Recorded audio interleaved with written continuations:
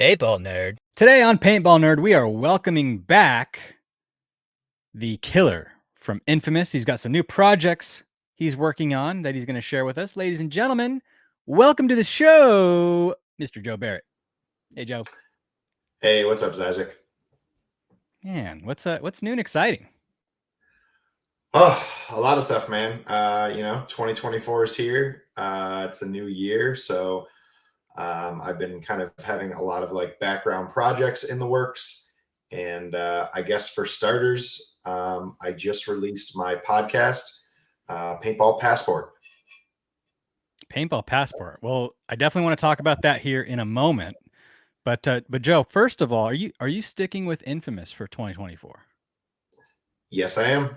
Yeah, very happy to say I am locked in with Infamous for 2024 and the future as far as I can see. I absolutely love being on this team. So yeah, I turned down some offers because I was trying to think of really what's important to me in life right now, and there's not really a lot that could take me away from the kind of culture that Infamous offers. Right on, dude. So I assume you guys are making some changes, right? Because you lost Thomas and you got to replace him. I'll say Or do you? I've only been on the team for 1 year, so I'm not upper management, and I don't know exactly how this goes. I know it's not really a team that has tryouts because a few people reached out to us, and I got to the bottom of that. But I'm not sure if we necessarily do need to make changes. I think something we realized last year is at most events we had 10, if not 11 guys. And it definitely helps to have less guys in the current iteration of the sport. When you have a starting five and then maybe a rotating, 6, 7, possibly 8, those guys can definitely start gelling better and getting into a flow state as opposed to running 2 lines and then doing a hybrid line later on. So we might keep a trimmer roster. Once again, I'm just speculating. I'm not sure.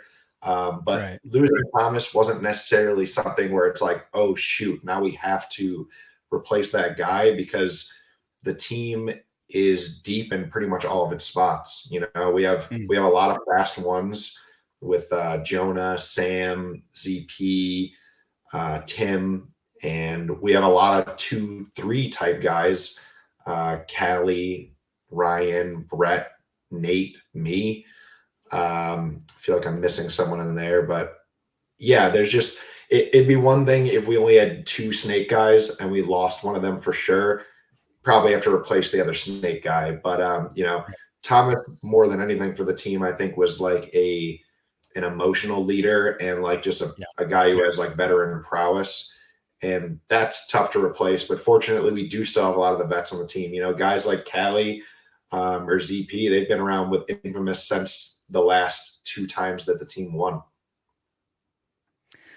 So it sounds like you guys were planning on probably trimming the roster before Thomas left anyways, because you need to cut it down a little bit. So definitely no pickups for 2024?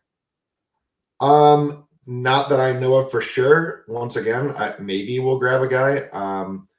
I know we just released another guy too. We just let go of Matt Rao, who has been on the team for a few years, but he was kind of a project player, someone that we were raising under our wing, and really for everyone's best interest, it was kind of a mutual decision.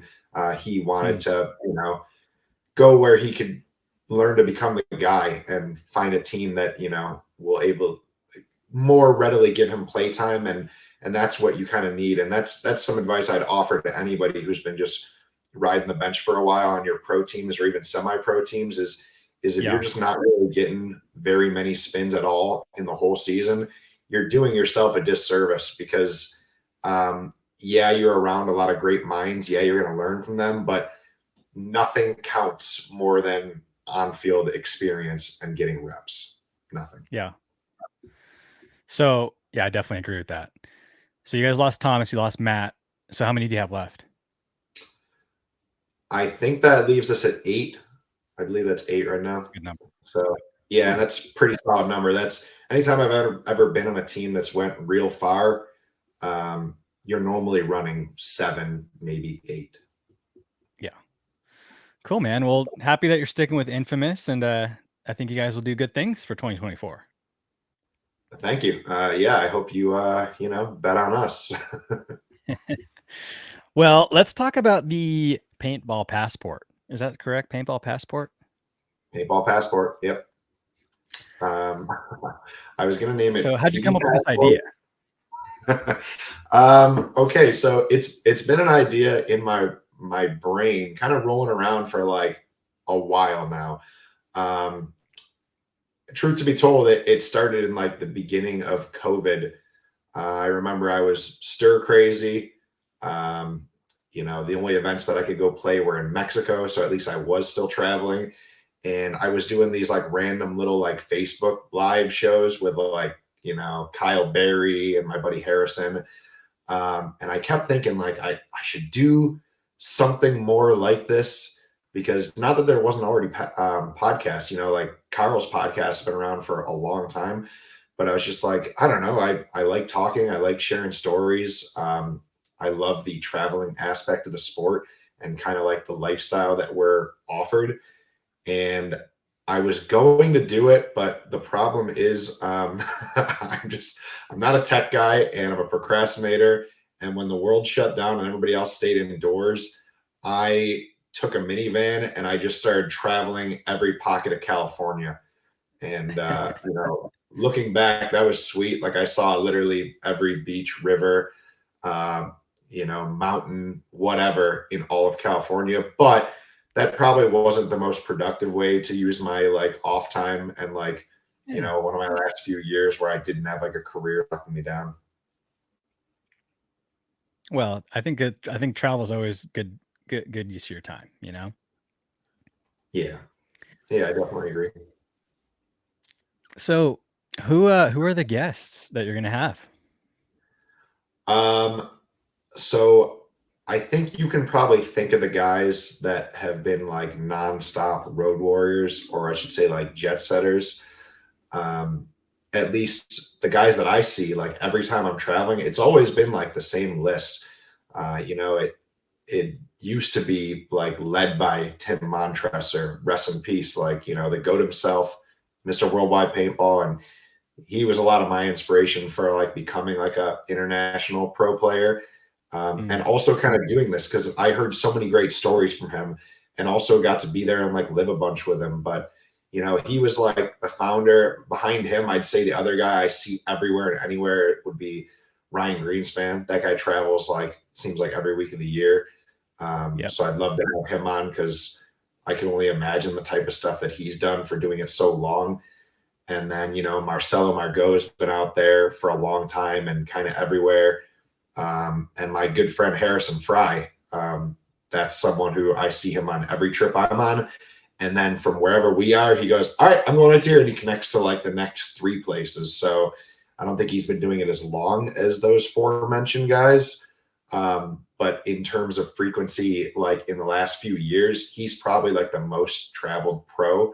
So he'll be probably a reoccurring guest because he's a buddy of mine, and I'll catch him while he's on Wi-Fi still at some of these events that he's going to be at. Mm, And then there's a bunch of other guys, Keith DeVitt. I see him in Mexico and Colombia. Sorry, not Keith DeVitt, Keith Brown. Corey Hall is a Mexico guy. Blake Yarber. And then everyone who's ever played NXL Europe. So that's a lot of different Europe stories. Like my first episode just went up and I had on my infamous teammate and one of my longest standing friends, Tim Brusselbeck. So that's going to be a good one. Tim. He didn't share very many accents with me when I had him on the show. I was disappointed. Really? Yeah, he gave me King of the Hill. That was it. And That you I'll told say me. that. You told me he had Yeah, more, and he said he didn't have any more.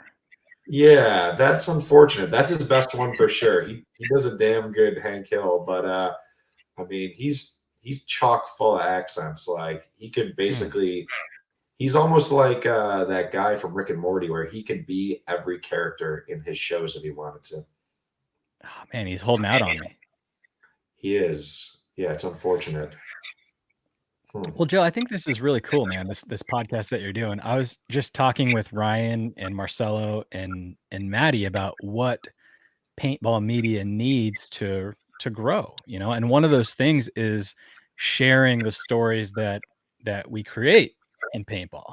Because for those that do it right, not everyone does, but for those that do it right, you know, paintball is kind of this life hack where you get to travel and experience amazing things. Mhm. And sharing those stories is what gets people interested in the sport. Like, oh, I can do this if I'm a professional paintball player. I can go to Amsterdam. So, you know, it's one thing to hear these stories. It's another thing to actually broadcast these stories and make everyone aware of them. So I think you're filling a hole that needs to be filled.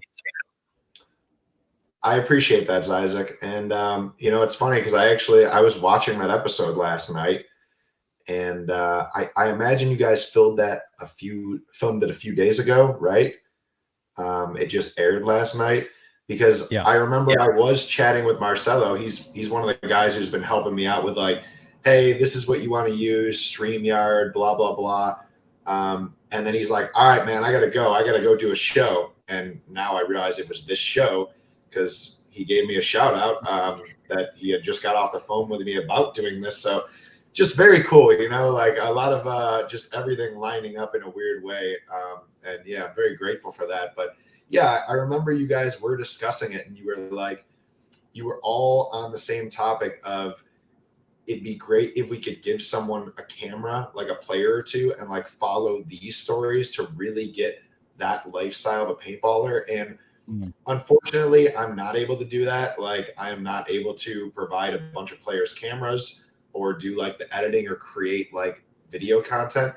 And I'm not able to do that myself because I had tried that in the past. Like, I had tried to bring a GoPro and even wearing it. And the problem is, like, when you're the one traveling to these places for your first time, you don't want to be like Exactly. this the whole time. You know what I mean? Because You want to experience it.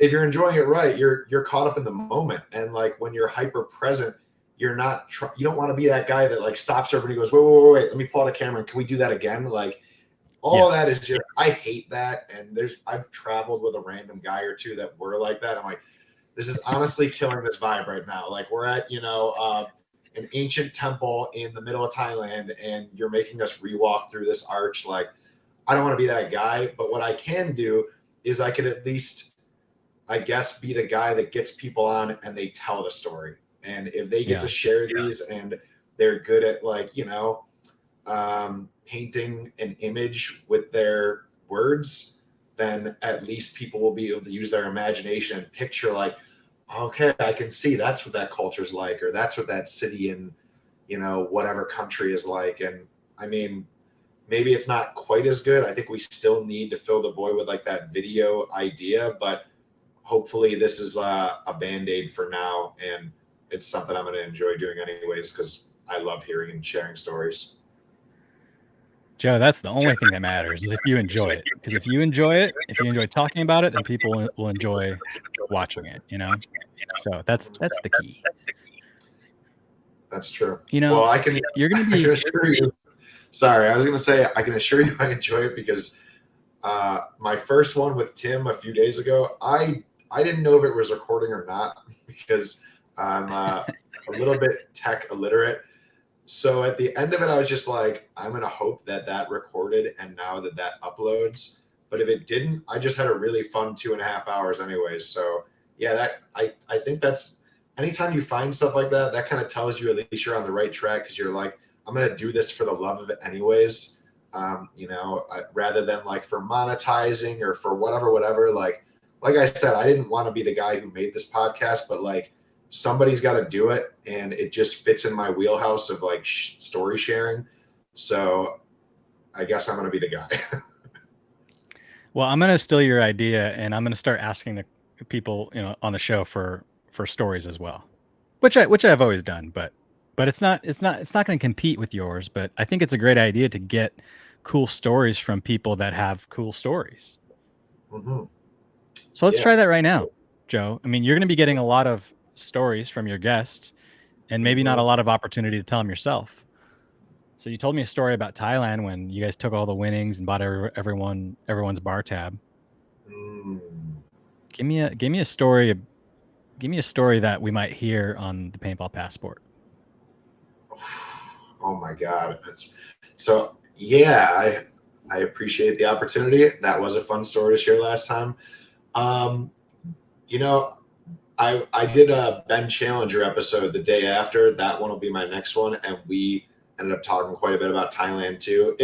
It's one of my favorite events. I've done it a few times, and it seems to be everyone who's been there and then everywhere else, Europe, Australia, they always want to share the Thailand or the Langkawi, Malaysia stories because if you've been there, like it's just like it's so wildly different.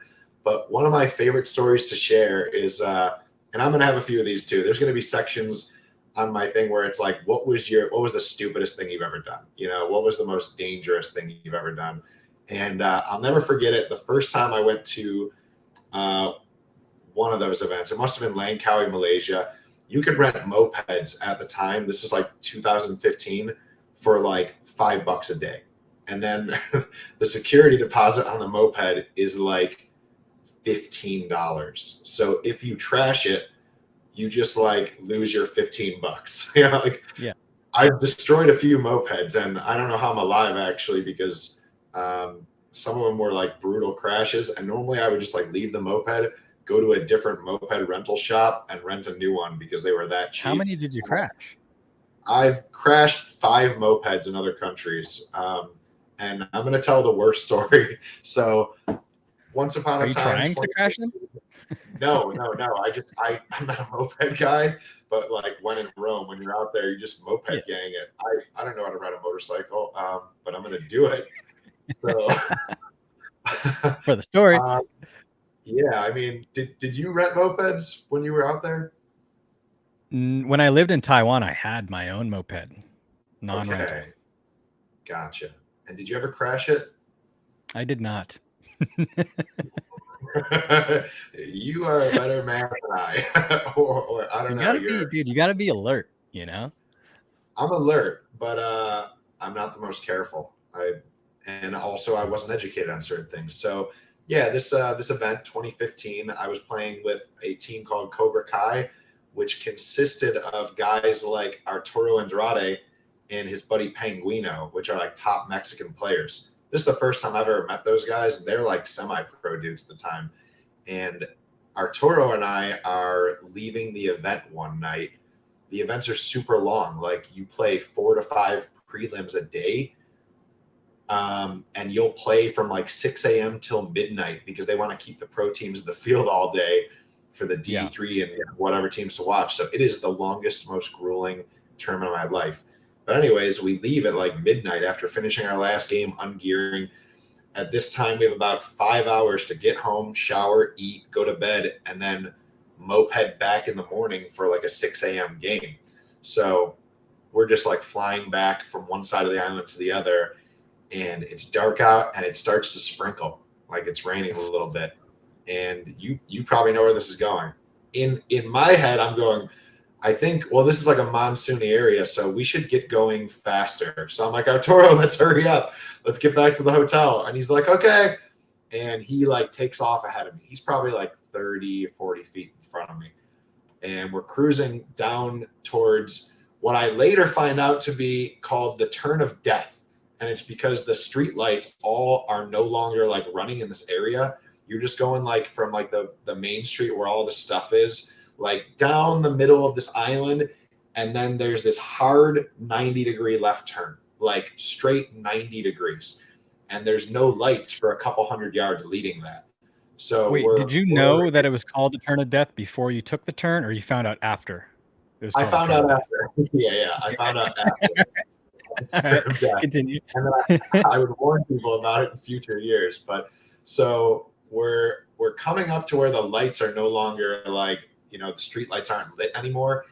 And I see Arturo in front of me like slam his brakes, like his brake light goes on and his back tire starts to like, fishtail, because I didn't know this, but when the blacktop is barely wet from a sprinkle, that's like the most dangerous time because it brings the oils out of the blacktop.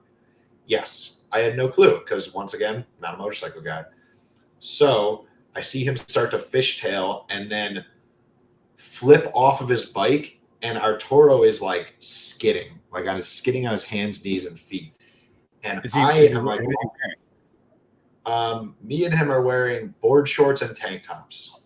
That just typical stuff. Like, you can leave all your stuff at the field. So we're in, like, beach vibe stuff. I think we have flip flops on. He might have had sneakers. I'm normally barefoot. And then we have our athletic bags on with like our extra couple stuff, phone, wallet, whatever.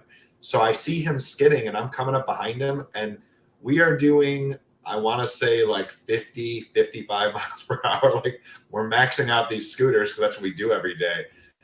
So I turn to avoid him because I don't want to run him over, and it instantly fishtails me and flips me off my bike.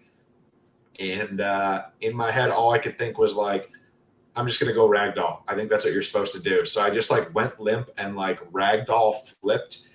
And this is probably about, I don't know, like somewhere around 100 feet before the turn.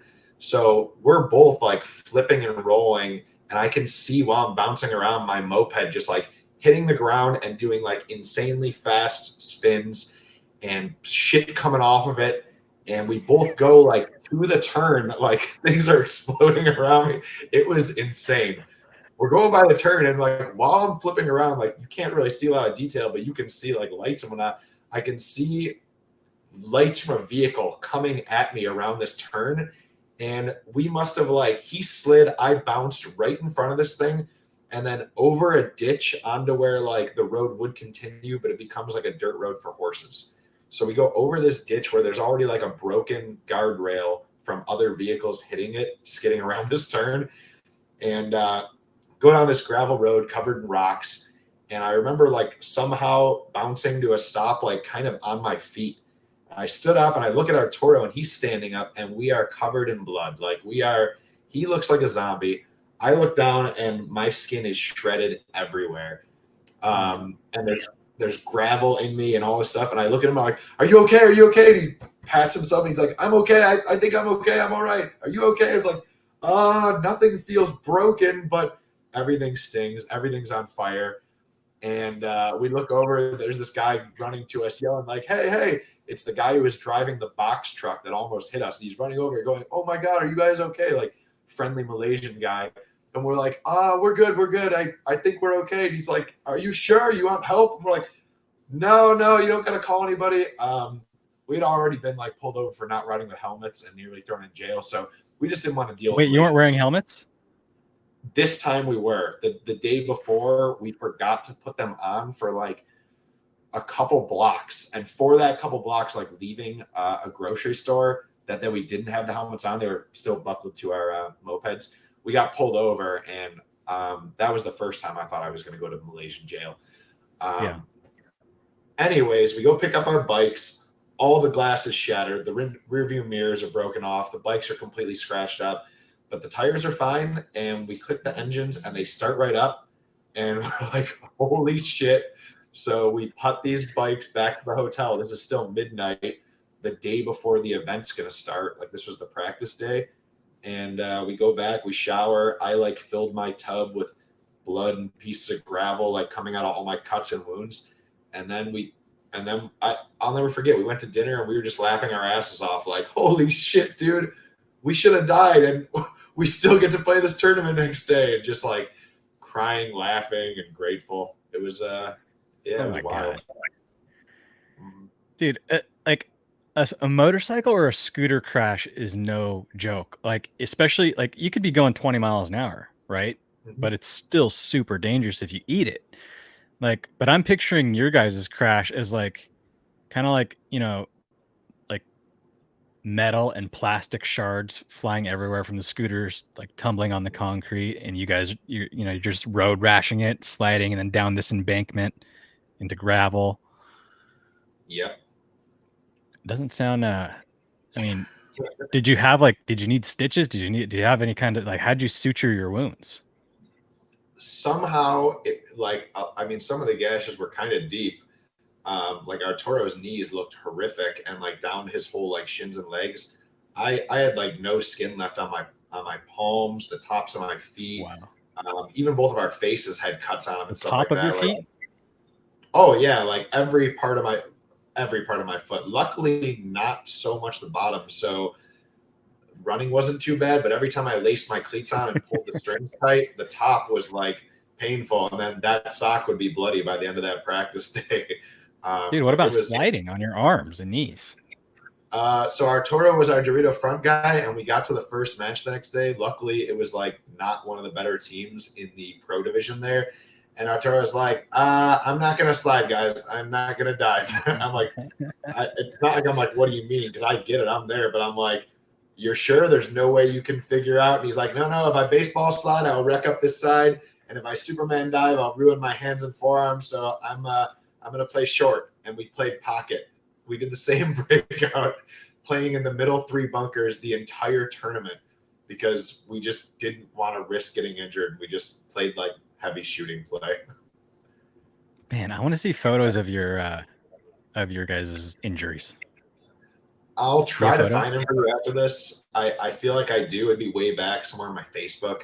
But there are photos of spots where you can see, like, normally, I don't wear socks with sandals, but I had to Yeah. wear socks with sandals, or else I was like rubbing that rubber sandal part against like some really deep wounds. So there's like random pictures of me, like, in like everything you'd wear to go into the water swimming, but then I just have socks on for no reason. Ah, dude, great story. See, these are the types of stories that traveled paintball players have, and they're great. I mean, especially like you said, if you get someone to tell them right. And you told that story right, Joe. Like, I'm picturing everything happening to you guys. I'm glad that you're safe, but it's pretty hilarious. If I were you, dude, I wouldn't get on a scooter again unless I was all padded up. Five crashes is it's bad chances. Yeah. Maybe I'm a cat. Maybe I got 4 more lives. Hey. I definitely learned valuable lessons that time, but that was the first time I ever crashed one. Obviously, there have been more since. Luckily, most of the later crashes weren't like full on, like high speed motorcycle crashes. They were like slowing down 20 or less and then like hitting a pothole and kind of just like falling over, or maybe hitting a car that was slowing down in front of me. None of them were nearly as bad or shredded me up as bad. So that was fortunate. But yeah, I mean, a lot of these stories, I'm not going to only tell the good things, like this podcast is going to be, it's going to tell the pitfalls and the things you should avoid in other countries. And maybe people can learn from all of my 1,000 mistakes and, be safer and get through their whole vacation without going to the hospital or something. Avoid the turn of death.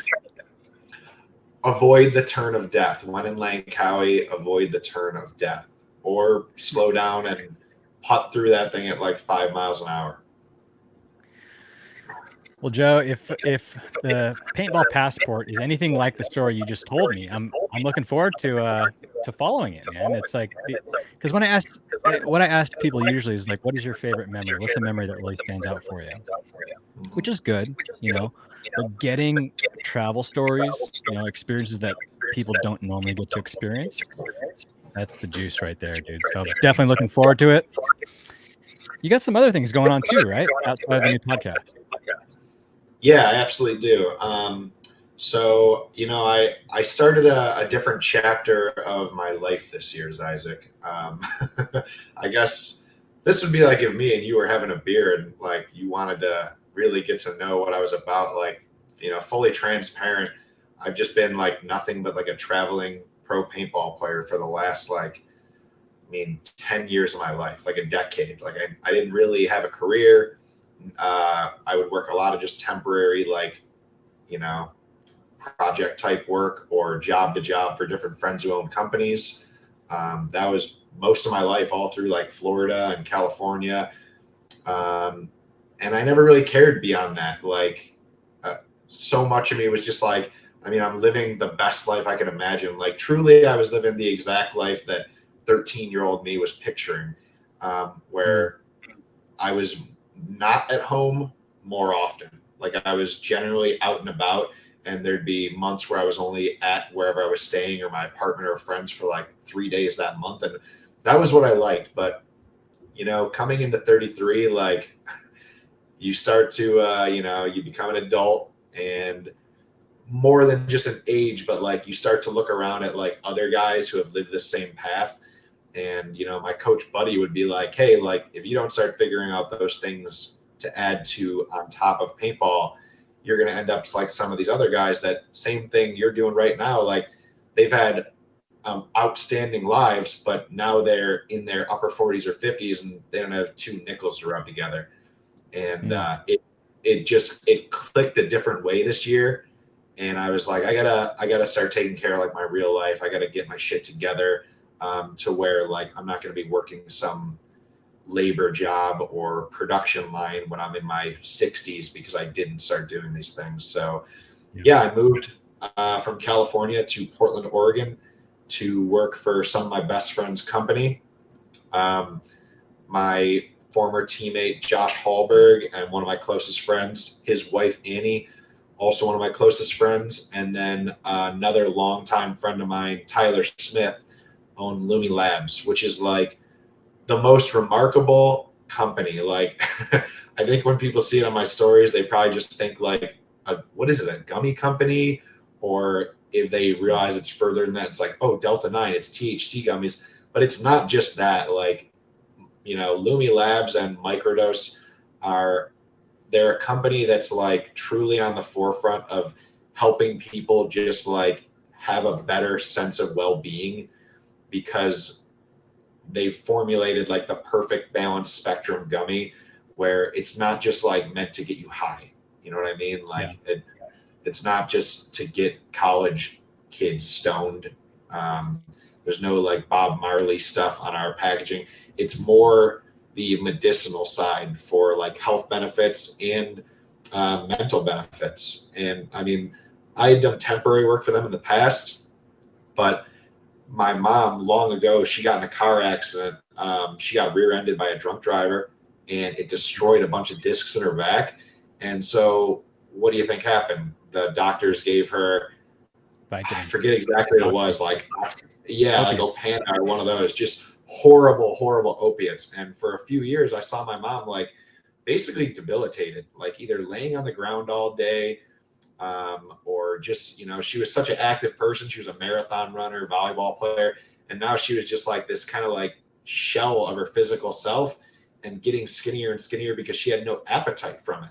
And, you know, I kind of introduced her to, I'll also say she was one of those like very hardcore, like straight edge, you know, traditional type moms from that generation, was never about marijuana. And so, you know, when I would smoke as a kid, I would get in trouble. Like it was the worst thing ever. So to convince her to do this and be like, Mom, I'm not trying to get you to smoke marijuana. I'm trying to get you to realize there's a benefit from the cannabinoids in marijuana, and we're giving it to you in a healthy form rather than smoking it. And she started trying it, and it like turned her life around, you know, and now she's like a daily user. And it's not like she's a stoner, but she's a daily THC user. And I get to see my mom, you know, gain some weight back because she can eat again, and walk around, go for jogs, do whatever she wants, living her kind of like mobile RV life with her husband, my stepdad. And it's all because of an amount of THC combined with other things like CBD that are proven to be more beneficial than CBD and a host of other things you could get. Far, far, far, far less dangerous than anything a doctor would give you. Like any of those opiates are complete bullshit. And same thing with like benzo and like Xanax and all those things for like anxiety. Like that stuff is horrific. And I've seen that turn friends into like goldfish, like zero memory, things like that, when they could 100%. just be using a tiny, perfectly dosed out amount of THC and like be able to do the deep dive and figure themselves out, whether it's mental, physical, whatever it is. And so that's the big thing, is it's called microdose for a reason. Like we do a microdose amount. Our gummies are 3 to 5 milligrams. And at that amount, with a balanced spectrum of the other cannabinoids and terpenes that are found in the plant, rather than just giving you just the THC. It kind of removes a lot of that like paranoid psychoactive effect. So it doesn't scare away someone from all the benefits, because the first time they ever had, a pot brownie to try to get rid of their pain, they had an 8 hour not good time. I mean, they were weed tripping or whatever. Yeah. Well, I love them. I've tried Lumi Gummies, and I signed up for the Endless Paint Club, and I'm super excited about that. I'm curious, Joe, how is it possible that a company can give away free gummies for 6 months to 300 people? Like how? Like, it took me a while to sign up because I'm like, that's not real. They're not gonna be able to Yeah. do that. And then one night, like late at night, I'm like, I'm just gonna sign up for it. And granted, we had some troubles with my login, but you got me signed up, so I'm like thinking, how is Lumi doing this? Yeah. And hey, I appreciate your patience, because all those troubles for a login are from me. That's once again, I'm not tech savvy, so I'm figuring that out as I go. But yeah, I'm happy you asked this question, because I feel like a lot of people still have that same reaction where they're just like, how is this possible? This can't be. So just them questioning it, it's like that, this is too good to be true thing, and then they just don't do it. But I can promise you it's very true. Like, there's now quite a few people, like 150 people, that have already gotten their free bottles, and they message me back and tell me things like about how they enjoyed it, or about how one of their family members is sleeping better. And I'm happy I get to answer this in long form, because, the founder of the company, Tyler Smith, he already got to have this conversation with Carl on the Playing On podcast.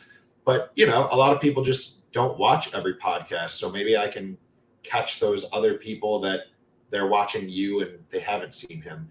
And, on my Instagram stories, where I'm like marketing it, and kind of more than anything, just fucking with my friend Josh at the office.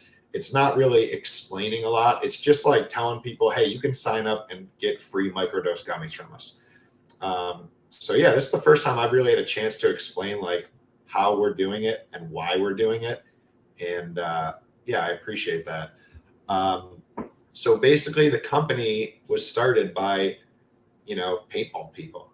And these paintball people and I like know the common struggle of like, there's two different things. One, we play a very like extreme sport, and it beats you up. So like you definitely could use something for that, just that feel good effect, like something to take the edge off, or something to, get rid of the soreness and pains. And, I think this is like the healthiest way to do that. Like, it's a lot healthier than drinking for taking the edge off. And then microdose gummies are a lot better for the pain and the physical things than just CBD. So we did want to help paintballers. Like, this is kind of like our giving back, where it's like we're helping a ton of people, but we'd like to help paintballers just like feel better after their practice day, after their workouts, after whatever. And then beyond that, the company is already like massive. Like it's at a point where we ship nationwide to all but maybe 3 or 4 states that have weird laws.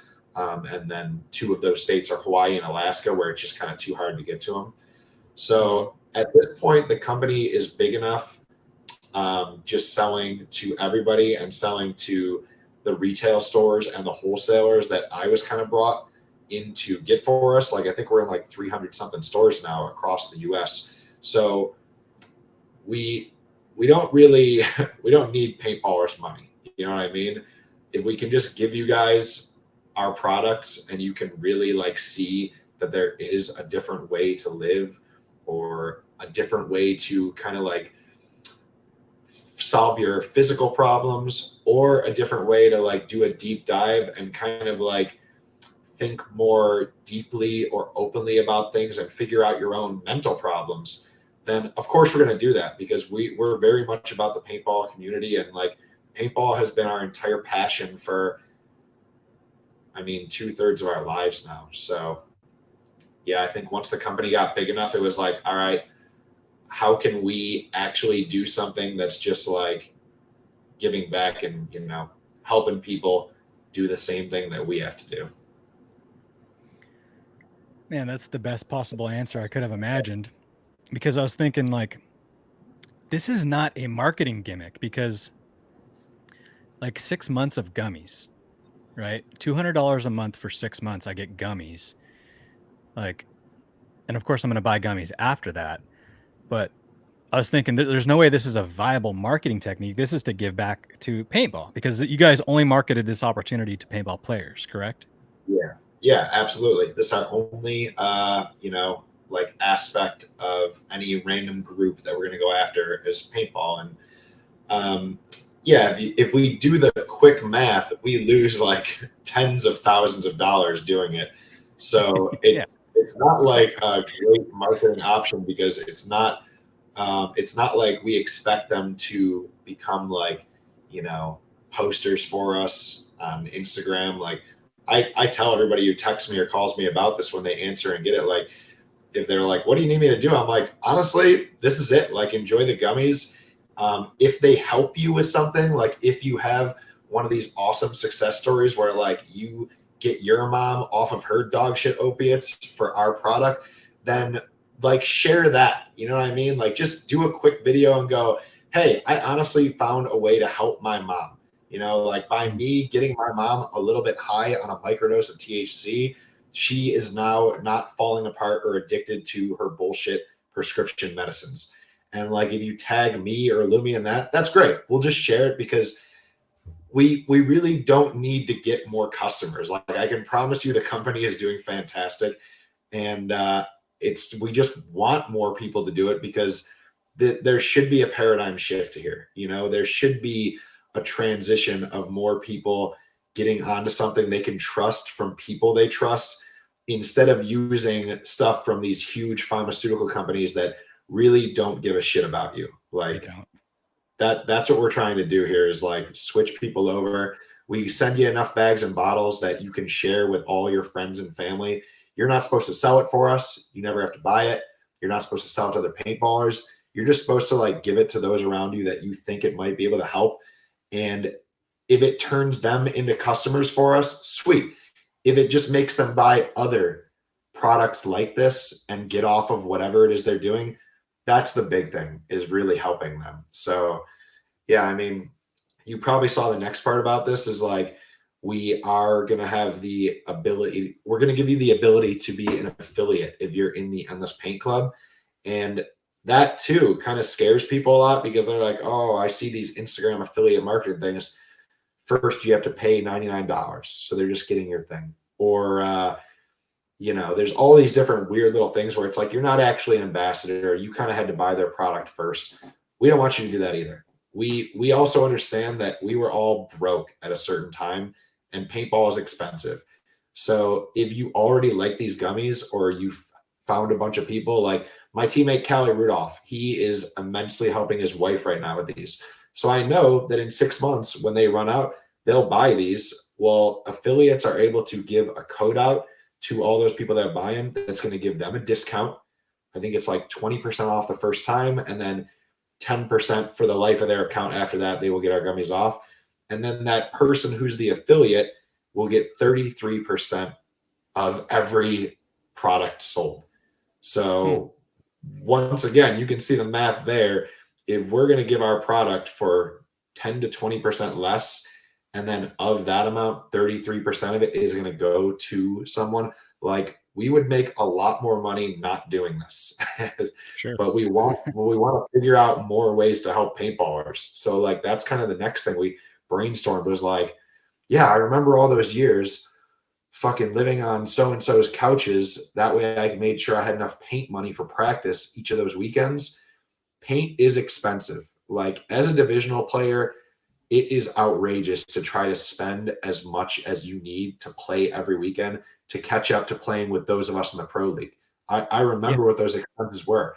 And if there was any ways that I could hustle towards it, I did it. But now we're part of a company that has the ability to help you like hustle something that's really easy and sells itself. You know what I mean? You don't have to feel sketchy. You're not doing anything illegal. This isn't like you're getting a second job. And if you don't want to do it, you don't have to. You're still getting gummies from us. But if you see that it's very easy for you word of mouth anyways, then we're going to give you money back and help you buy your paint from now on. because, you know, once again, paintballers are like truly what matters to us. And Tyler would say all the same thing, and he already did in the other podcast, but like I can't express enough like how much we want to like just try to figure out ways to grow the community. And you know, like you're doing it too. You know, a lot of these podcasts are growing. They're getting us outside eyes. Well, this is only the start. Like on this paint club is going to begin with these things, but soon we're going to offer clinics and we're going to offer them to Nice. people that are in the club. And then we're going to like take fundraising and we're going to offer it to people that whatever we see at our local field and they're always renting guns and they're there. It's like, man, if we could just figure out a way to buy this kid his first, you know, whatever LV3, that way he can stop renting. Like he would already be here anyways. Our company just has a lot of things on the brainstorming board beyond these first two things to like try to grow our sport. So Lumi was very much a vehicle to help Tyler give back to paintball and also grow his own paintball dream, which is Portlandology up here in Portland. It's a top semi-pro team. I mean, they didn't win it all this year, but right off the bat, they came in as a consistent Sunday team. And a lot of that is because of Lumi too.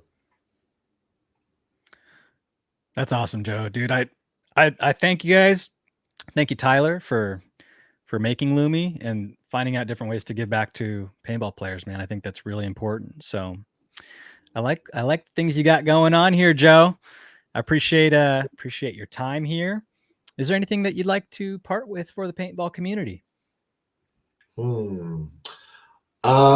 Yeah, you know, like I used to always part with the same message of like, you know, just be more positive and leave an impact to those around you. But this year, you know, I said I was going to do these things to give back a lot because of like this call to action I kept seeing.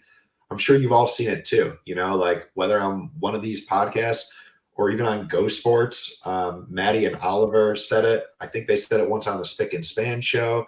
I know Marcelo and Tyler talk about it all the time. Like we all have to get involved here, you know, like we can't just sit back as a passenger anymore or a tourist in this thing and think that some other hero is going to come save the day. And like that was a lot of the reason I started Paintball Passport is for the longest time I kept thinking like somebody else is going to do the traveling stories, right? They're not just going to do like the player story or the ESPN side. They're going to capture this. And no one ever did. So I was like, I'm not a podcast type person, but I guess I'll do it. And so if you guys have an idea out there, not even just podcasts, but like videos, content, cool companies, cool clothing, like whatever it is, please just like, you know, find that courage and do it. Just put it into action already because the sport needs you. The sport needs all of us. The sport needs us to talk more to non-players. The sport needs those of us who have networks. And, you know, I hope that maybe one day my podcast, because of the stories it shares, maybe Joe Rogan's going to hear it and be like, hold the fucking phone. This is the kind of life that paintballers live. I thought they were just crawling around in the woods in camouflage. And that's how we'll get more exposure, right? Like when we start branching out to outside of paintball and reaching the sponsors or the influencers or those parts of life that are completely unrelated, that is how we will grow this sport. So if you have an idea, fucking do it because we need you. And it's your That's what I'll do. responsibility. It is your Mhm. responsibility as a paintball player, if you have a great idea, to bring it to fruition and do everything that you can to do just that, because it does make an impact. And even if it doesn't make an impact that you can see, it might impact someone else that has an idea. So grow the sport, Well do it. said. Yeah, well said. And beyond that, think about how much this game gives you. Like, you know, this sport has given me literally everything. It's given me my entire life, all the things I've done, any job I've worked, and all the amazing people from like the network that it's brought, right? So I need to give back. And I'm sure everybody watching or listening to this can also say, like, yeah, paintball has done a lot for me. So time to give back, right? Like, Yep. get off your ass, quit being a taker, go do more to serve your community. And I think in the long run, if we're all out there trying to do that, it's going to make this thing explode and go where we want. And, you know, maybe you guys in the future can get paid by the league or by ESPN to play pro paintball and not have to struggle through the trenches. So that's what I'm working towards. Awesome. Thank you, Joe. Thank you, Zyzek.